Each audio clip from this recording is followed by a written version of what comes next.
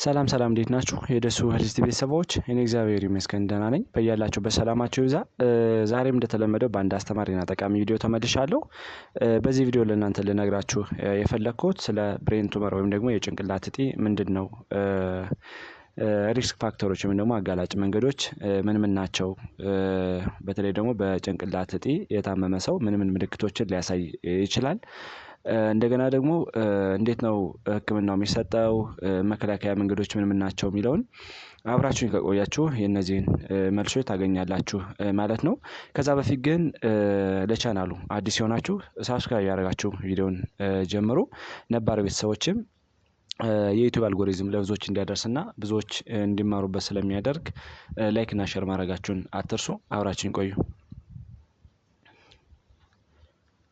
ወደ ዋናው ሀሳቤ ስገባ እንደሚታወቀው ይሄ ብሬን ቱመር ወይም ደግሞ የጭንቅላት እጢ ብዙ ጊዜ የሚከሰተው ማስ አብኖርማል የሆነ ግሮስ ሲኖር ሴሎች አብኖርማል የሆነ እድገት ሲኖራቸው ወይም ደግሞ ማስ ሲኖር ነው ማለት ነው ሊፈጠር የሚችለው ማለት ነው። ይሄ እንግዲህ ስፓይናል ቱመር ሊሆን ይችላል፣ ብሬን ቱመር ሊሆን ይችላል። እንደ አጠቃላይ ሲኤንኤስ ቱመር እያልን ወይም ደግሞ የጭንቅላት እጢ አጠቃላይ የሴንትራል ነርቭ ሲስተም እጢ እያልን እንጠራዋለን ማለት ነው። ብዙ ጊዜ ሁለት አይነት ሊሆን ይችላል። አንደኛ ማሊግናንት ወይም ደግሞ ካንሰሪዮስ ሊሆን ይችላል። ሁለተኛ ደግሞ ቤናይን ብለን የምንጠራው ወይም ደግሞ ማሊግናንት ማለት ብዙ ጊዜ ከተፈጠረ በኋላ ወደ ተለያዩ የሰውነታችን ፓርት ሊሰራጭ የሚችል ማለት ነው። ቤናይን ማለት ደግሞ ቢፈጠርም ከዛ ላይ ከተፈጠረው ብቻ ላይ ነው ችግር የሚያመጣ እንጂ ወደ ተለያዩ የሰውነት ፓርቶች አይሄድም ማለት ነው። ስለዚህ ብዙ ጊዜ እንግዲህ እንደምናውቀው ይሄ የጭንቅላት እጢ እድሜና ጾታን አይለይም፣ ሁሉንም ያጠቃል ማለት ነው። እንደሚታወቀው እንግዲህ 25% አካባቢ የቱመር አይነት ብዙ ጊዜ ካንሰሬስ ወይም ደግሞ ማሊግናንት ነው ተብሎ ይታሰባል ማለት ነው። ሌላው 75% እና ቀሪው ደግሞ ይሄ ቤናይን ወይም ደግሞ ከተፈጠረበት ላይ ብቻ የሚያጠቃ የቱመር አይነት ሊሆን ይችላል ማለት ነው። እንደ አጠቃላይ ብዙ ጊዜ እነዚህ የቱመር አይነቶች ሰዎችን ኦቨርኦል ለጤናቸው አስጊ ሁኔታ ሊፈጥሩ ይችላሉ ማለት ነው። እንደ አጠቃላይ የብሬናችን ፋንክሽን ዲስራፕት ሊያደርጉ ይችላሉ ወይም ደግሞ ሊያዛቡ ይችላሉ ማለት ነው። እንደሚታወቀው እንግዲህ ብዙ ጊዜ እነዚህ እጢዎች ሲወጡ ምን ምን ፓርቶችን ያጠቃሉ የሚለውን ስናይ በተለይ ደግሞ የደም ስሮችን ኢንቮልቭ ሊያደርጉ ይችላሉ። የነርቭ ስርዓትን ወይም ደግሞ ነርቨስ ሲስተምን ኢንቮልቭ ሊያደርጉ ይችላሉ። ቲሹ ወይም ደግሞ ሴሎችን ኢንቮልቭ ሊያደርጉ ይችላሉ። ከዚህ በተጨማሪ ግላንዶችን ወይም ደግሞ ጤነኛ እጢዎችን ኢንቮልቭ ሊያደርጉ ይችላሉ ማለት ነው። ስለዚህ አጠቃላይ ብሬን ላይ ሊገኙ የሚችሉ ነገሮችን አፌክት ያደርጋሉ ማለት ነው። እንደ አጠቃላይ እንግዲህ የብሬን ቱመር ብለን የምንጠራው በሁለት አይነት መንገድ መክፈል እንችላለን። አንደኛ ተዛው ላይ የተፈጠረ የቱመር አይነት ወይም ደግሞ የፕራይመሪ ቱመር ብለን የምንጠራው አለ። ሌላው ደግሞ ሁለተኛው ሰከንዳሪ ቱመር ብለን የምንጠራው ብዙ ጊዜ ከሌላ ሰውነት ፓርት ይፈጠርና ወደ ጭንቅላታችን ሜታሳይዝ ወይም ደግሞ ዲስሚኔት የሚያደርግ ከሆነ ይሄኛው ደግሞ ሰከንዳሪ ቱመር ብለን እንጠራዋለን ማለት ነው። ወደ ምልክቶቹ ስንሄድ እንደሚታወቀው እንግዲህ በዚህ የተጠቃ ሰው ወይም ደግሞ በዚህ በጭንቅላት እጢ ያለበት ሰው ብዙ ጊዜ ራስ ምታት ወይም ደግሞ ሄዴክ ይኖራል ማለት ነው። በተለይ ደግሞ ማታ ማታ ላይ የሚያስነቃው ከሆነና ማታ ከተኛ በኋላ ዙሮ የሚነቃ ከሆነ ለመተኛት የሚቸገር ከሆነ ከፍተኛ የሆነ ራስ ምታት ሊኖር ይችላል።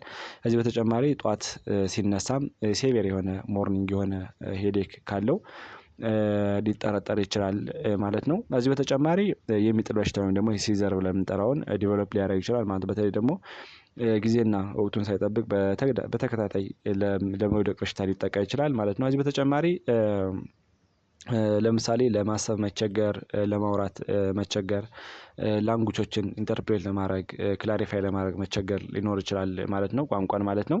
ከዚህ በተጨማሪ የባህሪ ለውጥ ወይም ደግሞ ፐርሰናሊቲ ቼንጅ ሊኖር ይችላል ማለት ነው። በተለይ ደግሞ አሁን እንዳልነው ብሬን በተለይ መልቲፕል የሆነ የቱመር ፓርት ካለ ለፐርሰናሊቲ ቼንጅ ሊያመጣ ይችላል ማለት ነው። ከዚህ በተጨማሪ ዊክነስ ይኖራል ወይም ደግሞ ፓራላይዝ ብለን የምንጠራው ዋን ፓርት ሊሆን ይችላል፣ እንደገና ደግሞ ቦዝ ፓርትም ሊሆን ይችላል።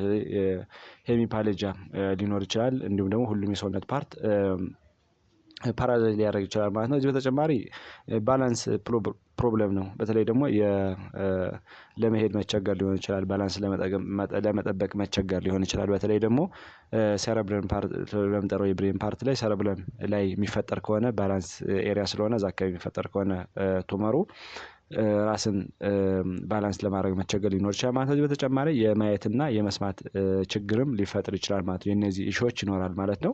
ሌላው ፋሻል ነምብነስ እና ተንግሊንግ ሊኖር ይችላል። ለምሳሌ እነዚህ ብዙ ጊዜ የሰውነት እነዚህ ፋሻል ነርቮች ከብሬን ጋር ኮንታክት ስላላቸው ወይም ደግሞ ከዛ ጋር የተገናኙ ስለሆነ ብዙ ጊዜ ይሄ ፌሳችን ላይ ወይም ደግሞ ፊታችን ላይ የመቀጭቀጭ የመደንዘዝ ነገር ሊኖር ይችላል ማለት ነው። ሌላው የማስመለስና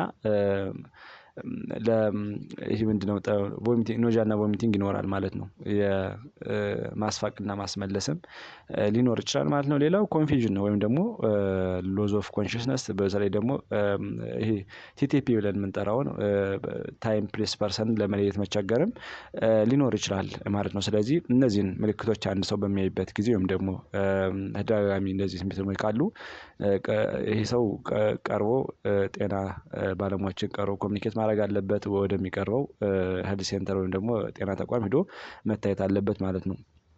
አጋላጭ መንገዶችን ወይም ደግሞ ሪስክ ፋክተሮች ምን ምን ናቸው የሚለውን ስናይ አንደኛው ኤጅ ነው። በተለይ ደግሞ እድሜ እየጨመረ ሲሄድ ለዚህ ብቻም ሳይሆን እድሜ ትልቅ ፋክተር አለው ማለት ነው ለተለያዩ የበሽታ አይነቶች ማለት ነው። ሁለተኛ ፋሚሊ ሂስትሪ ነው። በተለይ ደግሞ ጄኔቲክስ ትልቅ ፋክተር አለው ማለት ነው። ለምሳሌ እናት አባቱ አያቱ በዚህ በሽታ የተጠቁ ከሆነ በፊት ሰውየው የመጠቃት ቻንስም ሊኖረው ይችላል ማለት ነው። ከዚህ በተጨማሪ ኤክስፖዠር ካለው በተለይ ደግሞ እነዚህ ራዲዬሽን ለምንጠራው ለጨረር ተጋላጭ ከሆነ አንድ ሰው በተደጋጋሚ ለምሳሌ ኤክስራይ ሲቲ ስካን ኤምአርአይ እንዲሁም በስራ ቦታው ለምሳሌ በሚሰራው ስራ ተጋላጭ ከሆነ አንድ ሰው ለዚህ በሽታ የመጠቃት ቻንስ ይኖራል ማለት ነው። ሌላው የበሽታ የመከላከል አቅማችን ከወረደ ወይም ደግሞ ኢሚኖ ኮምፕሮማይዝ ምንሆን ከሆነ በተለይ ደግሞ እንደ ኤችአይቪ እና ሌሎች የኢሚኒ ሲስተም ሊያዳክሙ የሚችሉ የበሽታ አይነቶች ካሉም በዚህ የተጠቁ ሰዎች ለዚህ በሽታ የመጋለጥ አቅማቸው ከፍ ይላል ተብሎ ይታሰባል። ከዚህ በተጨማሪ ኬሚካል ነው። በተለይ ደግሞ ኬሚካል ኤክስፖዠር ካለ በተደጋጋሚ ፍሪኩዌንትሊ በዚህ ኬሚካል ለምሳሌ ብዙ ጊዜ ፋብሪካ የሚሰሩ ሰዎች እና የተለያዩ ካምፓኒ ላይ የሚሰሩ ሰዎች በዚህ ተጋላጭ ናቸው ተብሎ ይታሰባል ማለት ነው። ከዚህ በተጨማሪ ስሞኪንግ ነው ወይም ደግሞ ማጨስ እንደሚታወቀው እንግዲህ ማጨስ ለብዙ ለተለያዩ የካንሰር አይነቶች ለመፈጠር ምክንያት ሊሆን ስለሚችል እነዚህን ሪስክ ፋክተሮች ለእነዚህ ሪስክ ፋክተሮች ለዚህ በሽታ አጋላጭ ናቸው ተብሎ ይታሰባል ማለት ነው። ወደ ዲያግኖሲሱ ወይም ደግሞ ወደ ምርመራው ስንሄድ እንደሚታወቀው የጭንቅላት እጢ ብዙ ጊዜ ለመለየት እና በጣም ዲፊካልት ነው ወይም ደግሞ ኮምፕሊኬትድ ነው ተብሎ ይታሰባል። ነገር ግን ኒውሮሎጂስቶች ወይም ደግሞ ይሄን የሚመለከታቸው ሰዎች ምርመራ በተለያየ ነገር ማድረግ ይችላሉ ማለት ነው። የመጀመሪያው ሂስትሪ እና ፊዚካል ኤግዛሚኔሽን በመጠየቅ ሊሆን ይችላል። ሂስትሪ በመጠየቅ የነበረበትን ፕሪቪየስሊ የነበረበትን ኮንዲሽን በመጠየቅ ሊሆን ይችላል። ከዚህ በተጨማሪ ፊዚካል ኤግዛሚኔሽን ብለን የምንጠራው ሊሆን ይችላል። ለምሳሌ ስፔሻሊ በዚህ ጊዜ ኒውሮሎጂካል ኤግዛሚኔሽን የሚባለውን በማየት ሲነሮች ወይም ደግሞ የሚመለከታቸው ሰዎች ይሰራሉ ማለት ነው። ከዚህ ውስጥ እንግዲህ ባላንስ እና ኮኦርዲኔሽንን ለምሳሌ ባላንስ ስንል እንግዲህ ብዙ ጊዜ ቅድም እንዳልነው ባላንስን ያጠቃል ስላልነ ስለ ባላንስ አጠቃላይ ኒውሮሎጂካል ኤግዛሚኔሽን ስለ ኮኦርዲኔሽን ያያል። ሜንታል ስታተስ ቅድም ያልነው ለምሳሌ ኮንፊውዥን ሊኖረው ይችላል። አንዳንድ ነገሮች ከመለየት ጋር ተያይዞ ሊሆን ይችላል። ሜንታል ስታተሱን ሜዠር ያደርጋል። ከዚህ በተጨማሪ ሂሪንግ እና ቪዥን ላይ ያለውን ሁኔታ ያያል ማለት ነው። ከዚህ በተጨማሪ ሪፍሌክሶች የተለያዩ የሪፍሌክስ አይነቶች አሉ። እነሱንም ቸክ ሊያደርግ ይችላል ማለት ነው። አንድ ይሄ የሚመለከተው ባለሙያ ወይም ደግሞ ኒውሮሎጂስት እነዚህን ቸክ ያደርጋል። ከዚህ በተጨማሪ እንደ ሳፖርቲንግ ወይም ደግሞ ኢሜጂንግ በጣም አስፈላጊ ነው ማለት ነው። ኢሜጂንግ እንግዲህ በተለይ ደግሞ ኤምአርአይ የሚባለው ቤስት ነው። ብዙ ጊዜ ኤምአርአይ ዲፕሊ የተለያዩ ችግሮችን መለየትም ስለሚችል እንደገና ደግሞ ፖስቴሪየር ፓርት ላይ ያለውን የተለያዩ ችግሮችን ዲስክሪሚኔት ማድረግ ስለሚችል ቤስት ነው ተብሎ ይታሰባል። ሲቲ ስካን ኤምአርአይ ካለ ደግሞ ሲቲ ስካን እና የተለያዩ ነገሮችን መጠቀም ይቻላል ማለት ነው። ከዚህ በተጨማሪ ባዮፕሲ ነው። በተለይ ደግሞ ባዮፕሲ ብዙ ጊዜ አንደር በማይክሮስኮፕ በመታገዝ ሲነሮች ወይም ደግሞ እነዚህ የሚመለከታቸው ሰዎች ቤናይን ነው ወይም ደግሞ ማሊግናንት ቅድም ያልነው ወደ ተለያዩ ሰውነት ፓርቶቻችን ይረጫል ወይም ደግሞ አይረጭ የሚለውን በዚህ አይዴንቲፋይ ማድረግ ይችላሉ ማለት ነው። እዚህ በተጨማሪ ስፓይናል ታፕ ወይም ደግሞ ሉምባር ፓንክቸር ይሰራሉ። ብዙ ጊዜ ሉምባር ፓንክቸር በሚሰሩበት ጊዜ ይሄ ሴረብሮ ስፓይናል ፍሉድ ብለን የምንጠራው ወይም ደግሞ ሲኤስኤፍ አናላይዝ ያደርጋሉ። ከዛ ውስጥ እንግዲህ እንደሚታወቀው ላርጅ የሆነ ቱመር ከሆነ ደግሞ ትልቅ እጢ ከሆነ ሲኤስኤፍ ድሬኔጁን ብሎክ ሊያደርግ ይችላል እና በዛ ሂደት የተለያዩ ችግሮች ሊያስከትል ስለሚችል ሲኤስኤፍ አናላይዝ ይሰራል ማለት ነው። ወይም ደግሞ ከጀርባ የሚቀዳ በተለይ ደግሞ በሉምባር ፓንክቸር የምንጠራውን ጀርባ ላይ ተቀጥቶ ያለውን ነገር በመለየት ላርጅ ቱመር ከሆነ ብዙ ጊዜ የሆነ ችግር ስለሚያመጣ ማርከሮችን መለየት ይችላሉ ማለት። በተለይ ደግሞ ስፔሻላይዝ ቴስት አሉ እዚህ ላይ በተለይ ቱመር ማርከር ብለን የምንጠራቸውን በብለድ በደም አማካኝነት እንዲሁም ደግሞ በሲኤስኤፍ ፍሉድ አማካኝነት መለየት ይቻላል ማለት ነው። ስለዚህ እንደነዚህ አይነት ዲያግኖሲሶች ይኖራሉ ማለት ነው። ወደ ማኔጅመንቱ ስንሄድ ማኔጅመንቱ እንግዲህ በተለያዩ ነገሮች ዲፔንድ ይሆናል። ለምሳሌ ቱመሩ ያለበት ወይም ደግሞ እጢው ያለበት ሎኬሽኑ፣ ሳይዙ፣ ታይፑ ይወስነዋል ማለት ነው። ከዚህ በተጨማሪ ነምበር ኦፍ ቱመር ማለት ነው። ለምሳሌ መልቲፕል የሆነ ቱመር ሊኖር ይችላል፣ አንድ ፍሬ ሊሆን ይችላል፣ ብዙ መልቲፕል የሆነ ቱመር ሊኖር ስለሚችል በዚህም ሊወሰን ይችላል። ከዚህ በተጨማሪ እድሜ ነው። ለምሳሌ ህጻናት ከሆኑ ገና ወጣት ከሆኑ ሊሰራላቸው ይችላል ማለት ነው። እድሜያቸው ገፋ ያሉ ከሆነ ደግሞ ለመሰራት ስለሚከብድና ኢሚኒቲያቸው በጣም የወረደ ስለሚሆን ለመሰራት ቻንስ ላይኖር ይችላል ማለት። ስለዚህ ማኔጅመንቱ በዚህ ዲፔንድ ሊሆን ይችላል ማለት ነው። ከዚህ በተጨማሪ አጠቃላይ የጤናቸው ሁኔታ ታይቶ ማለት ነው። ብዙ ጊዜ ኢሚኒዮ ኮምፕሮማይዝ ከሆኑ የበሽታ የመከላከል አቅማቸው የተዳከመ ከሆነ እንደ ማኔጅመንቱ በዚህ ዲፔንድ ይሆናል ማለት ነው። ስለዚህ እነዚህን በማየት ወደ ማኔጅመንቱ እንሄዳለን ማለት ነው። የመጀመሪያው ኬሞቴራፒ ነው ወይም ደግሞ ለካንሰር ህክምና የሚሰጥ የመድኃኒት አይነት አለ። በሱን ይሰጣል ማለት ነው። ስለዚህ ይሄ ሲሰጥ ብዙ ጊዜ እነዚህ ኮርቲኮ ስቴሮይድ ለምጠራቸው እንደ ዴክሳሜታዞን ሊሆን ይችላል የተለያዩ ኮርቲኮ ስቴሮይድ አይነት መድኃኒቶች ይሰጣሉ። እንዲሁም ደግሞ ሃይፐርተኒክ ፍሉሉ ለምጠራቸው ለምሳሌ እንደ ማይኖቶል አይነት ይሰጣሉ ማለት ነው። ምክንያቱም ኢደማ ምናምን ሲኖር ብዙ ጊዜ እነዚህን ለመቀነስ እና እብጠቱን ለመቀነስ እነዚህ ነገሮች አብረው ይሰጣሉ ማለት ነው።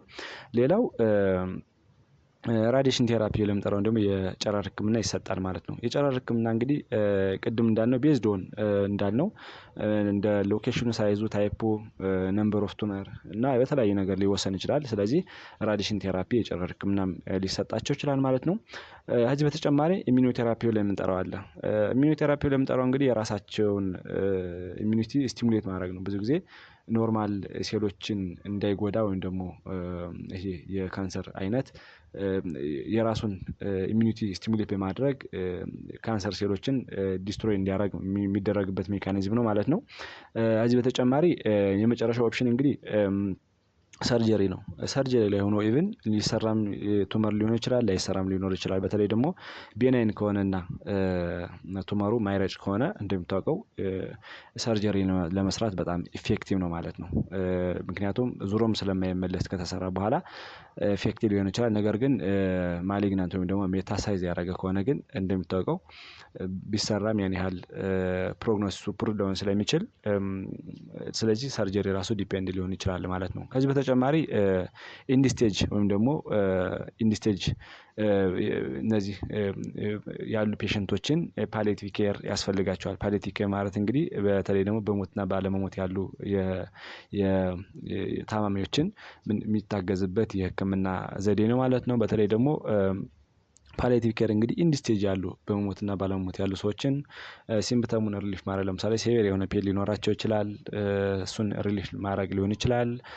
ኮምፎርት ማድረግ በተለይ ደግሞ የሚተኙበትን ሁኔታ ያሉበትን ኢንቫይሮንመንት ኮምፎርት አድርጎ መከታተል። ከዚህ በተጨማሪ የተለያዩ ነገሮችን ሳፖርት ማድረግ ማለት ነው። በተለይ ደግሞ አጠቃላይ የሊቪንግ ፕሮሰሳቸውን የሚያግዛቸው ነገር በማድረግ ሲሪየስ የሆነ ኢልነሱን እስከሚሞቱ ድረስ የሚታገዝበት የዘዴ ነው ማለት። ስለዚህ ይሄ ሊሰራ ይችላል ማለት ነው። ወደ ፕሪቬንሽኑ ስንሄድ ብዙ ጊዜ ከ50% 50% እና እንደዛ አካባቢ ቱመርን ወይም ደግሞ የጭንቅላት እጢን ላንከላከለው እንችላለን። ነገር ግን 50% አካባቢ የተለያዩ ነገሮችን ከተለያዩ ነገሮች በመቆጠብ የምንከላከለው ዘዴም ሊኖር ስለሚችል ለምሳሌ አንድ ሰው የሚያጨስ ከሆነ ስሞኪንግ ወይም ደግሞ ትንባሆ የሚጠቀም ከሆነ እሱን በማስወገድ እንዲሁም ደግሞ በትንባሆ ባለመጠቀም የምንከላከለው ነገር ነው ማለት ነው። ሌላው ራዲዬሽን ኤክስፖዠር ካለ ቅድም እንዳልነው በስራ ሁኔታ ሊሆን ይችላል። ለምሳሌ የተለያዩ ካምፓኒዎች ኢንዱስትሪዎች በዛ ምክንያት ሊመጣ የሚችል ይሆናል።